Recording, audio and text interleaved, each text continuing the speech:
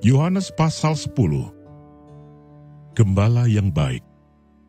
Aku berkata kepadamu, sesungguhnya siapa yang masuk ke dalam kandang domba dengan tidak melalui pintu, tetapi dengan memanjat tembok, ia adalah seorang pencuri dan seorang perampok. Tetapi siapa yang masuk melalui pintu, ia adalah gembala domba. Untuk dia penjaga membuka pintu, dan domba-domba mendengarkan suaranya, dan ia memanggil domba-dombanya masing-masing menurut namanya, dan menuntunnya keluar. Jika semua dombanya telah dibawanya keluar, ia berjalan di depan mereka, dan domba-domba itu mengikuti dia, karena mereka mengenal suaranya. Tetapi seorang asing pasti tidak mereka ikuti, malah mereka lari daripadanya, karena suara orang-orang asing tidak mereka kenal. Itulah yang dikatakan Yesus dalam perumpamaan kepada mereka, tetapi mereka tidak mengerti apa maksudnya. Ia berkata demikian kepada mereka. Maka kata Yesus sekali lagi, Aku berkata kepadamu, sesungguhnya akulah pintu ke domba-domba itu. Semua orang yang datang sebelum aku adalah pencuri dan perampok, dan domba-domba itu tidak mendengarkan mereka.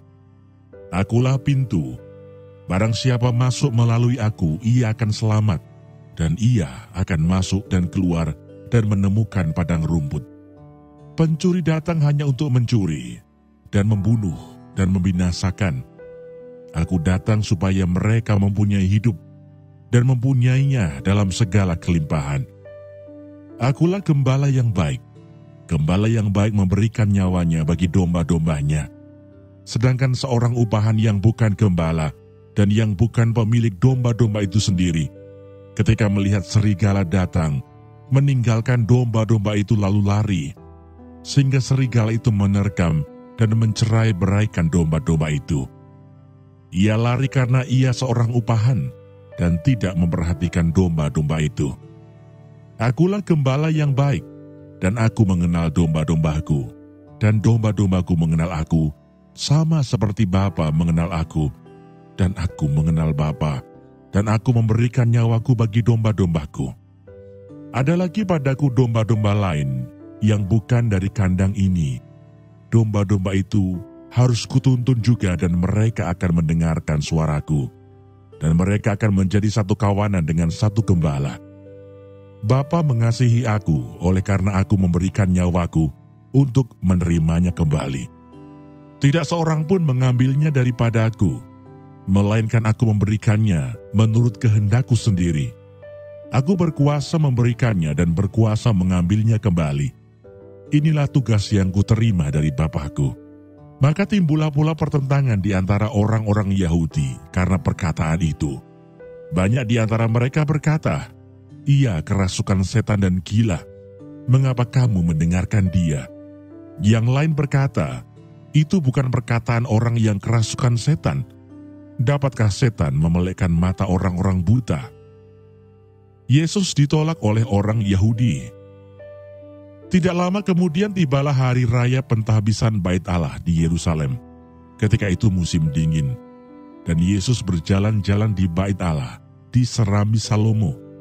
Maka orang-orang Yahudi mengelilingi dia dan berkata kepadanya, Berapa lama lagi engkau membiarkan kami hidup dalam kebimbangan? Jikalau engkau Mesias, katakanlah terus terang kepada kami. Yesus menjawab mereka, Aku telah mengatakannya kepada kamu, tetapi kamu tidak percaya.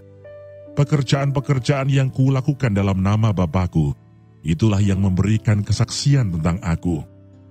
Tetapi kamu tidak percaya, karena kamu tidak termasuk domba-dombaku. Domba-dombaku mendengarkan suaraku, dan aku mengenal mereka, dan mereka mengikut aku. Dan aku memberikan hidup yang kekal kepada mereka, dan mereka pasti tidak akan binasa sampai selama-lamanya, dan seorang pun tidak akan merebut mereka dari tanganku.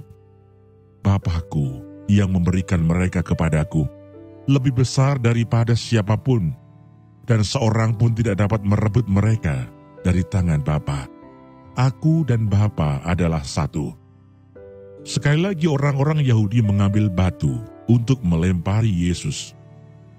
Kata Yesus kepada mereka, Banyak pekerjaan baik yang berasal dari Bapakku yang kuperlihatkan kepadamu. Pekerjaan manakah di antaranya yang menyebabkan kamu mau melempari aku?"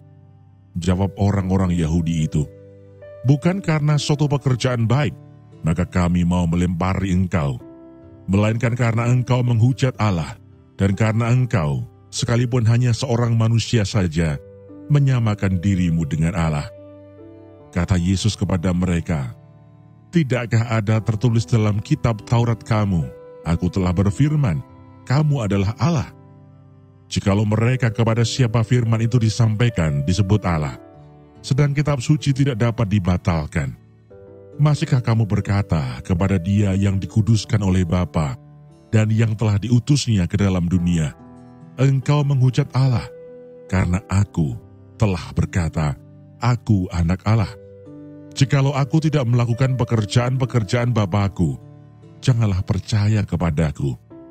Tetapi jikalau Aku melakukannya, dan kamu tidak mau percaya kepadaku, percayalah akan pekerjaan-pekerjaan itu, supaya kamu boleh mengetahui dan mengerti bahwa Bapa di dalam Aku, dan Aku di dalam Bapa.